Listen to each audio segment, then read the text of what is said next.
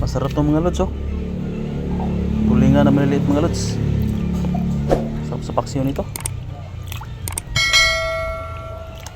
Oh, maliliit. Lambot lang ang buto nito. Siwin natin. Timplahan natin itong paksiw ng tulingan mga lods. Ayan ang maliliit na tulingan. Masarap niya kasi malambot lang ang mga buto niya mga lods pag naluto. Simple lang luto niyan eh. Saka mura lang yan dito sa amin mga lods. Tumpok-tumpok nga lang yan. Ito walang tapon pag kinain mo. Talagang magkakain mo lahat. Kasi maliit lang siya. Saka madali lang maluto. Kaya ano, para lang siyang ano, malaki lang konti sa dilis. Mga tulingan mga lods maliliit. Ano?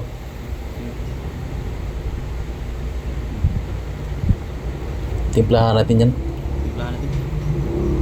Lagyan natin ng bawang yan mga lods.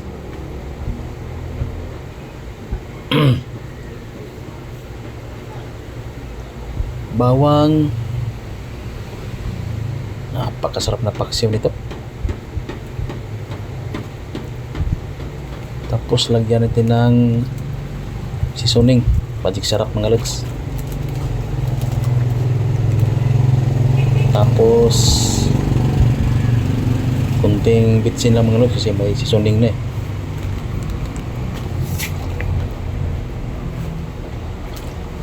Mantika yan, mantika. Pinaka number 1 yan.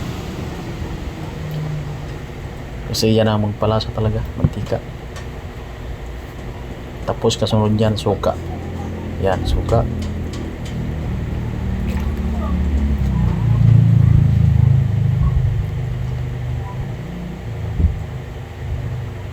Suka, maganda nga itong suka ng tuba mga lods. Wala lang suka ng tuba dito sa amin. Asin mga lods. Yun ang masarap talaga.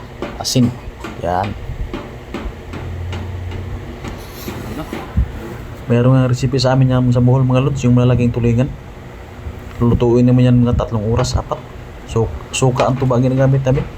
Napakasarap, napakabango. Yan, takpan natin.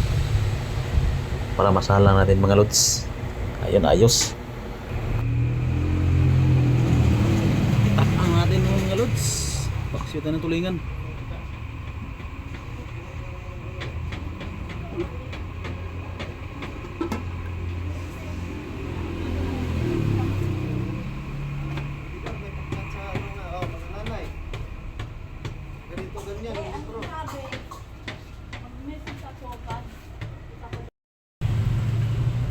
Mga lods.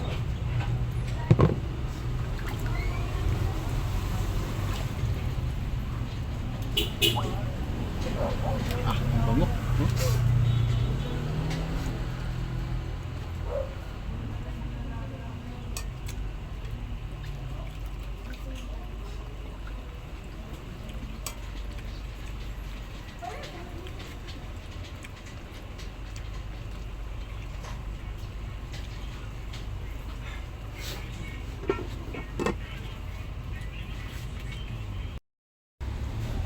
Luto na mga lods. Yun o, wala nang halo sabaw. Masarap nito. Pitaksiw na maliliit na tulingan mga lods. Nanak. Ayan na mga lods. Ito na. Tulingan. Kain na mga lods. Luto na yung pinaksiw natin tulingan. Ayan o. Napakalambot. Bahogan natin yung kanin. Yan ang style namin sa Bohol. Bahog. Sa Bisaya ba bahog? Sa Tagalog naman, di ko alam kung anong tawag dyan. Napakasarap na kainan niya. Mabilis lang lutuin niya mga lods. Ano lang. Wala pang nating oras. Luto na. Let's eat. Kain na.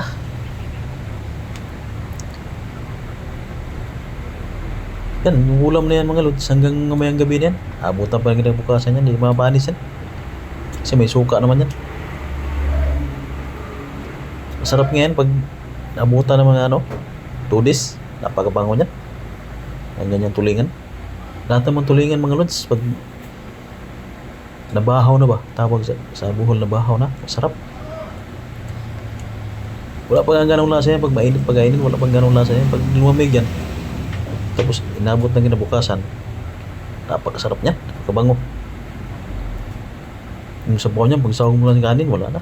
Solve na. Kaya ang pinakatabis talaga na paksiwi, tulingan talaga mga lods. Napakasarap talaga.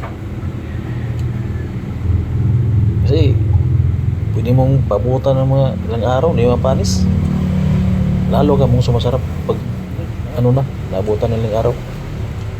Salamat mga lods sa inyong panonood mga lods. Salamat. Hanggang sa muli.